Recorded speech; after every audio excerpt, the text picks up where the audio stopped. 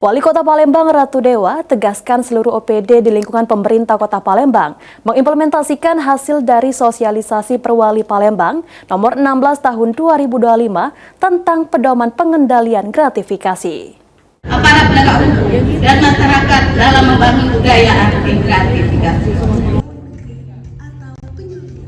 Wali Kota Palembang Ratu Dewa secara langsung membuka sosialisasi Peraturan Wali Kota atau Perwali Palembang nomor 16 tahun 2025 tentang pedoman pengendalian gratifikasi di lingkungan pemerintah Kota Palembang di Grand Ballroom The Zuri Hotel pada 4 November 2025. Wali Kota Palembang Ratu Dewa mengatakan sosialisasi ini merupakan langkah yang dilakukan Inspektorat Kota Palembang untuk memperjelas hal yang masuk atau tidak dalam kategori gratifikasi.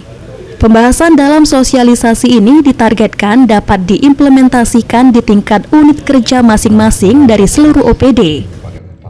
Pemerintah Kota Palembang sendiri mendapatkan pendampingan dari konsultan KPK untuk mengantisipasi adanya gratifikasi, suap, dan pungli. Acara sosialisasi kita mensosialisasikan Perwali kaitan dengan mana yang masuk gratifikasi dan mana yang tidak.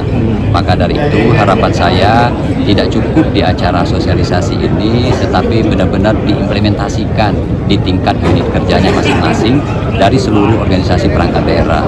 Makanya tadi saya harapkan betul paling tidak para kepala dan juga para camat, kepala bagian, minimal eselon 3-nya, sekretaris atau kepala bidangnya untuk benar-benar mengikuti kegiatan ini dengan cara seksama.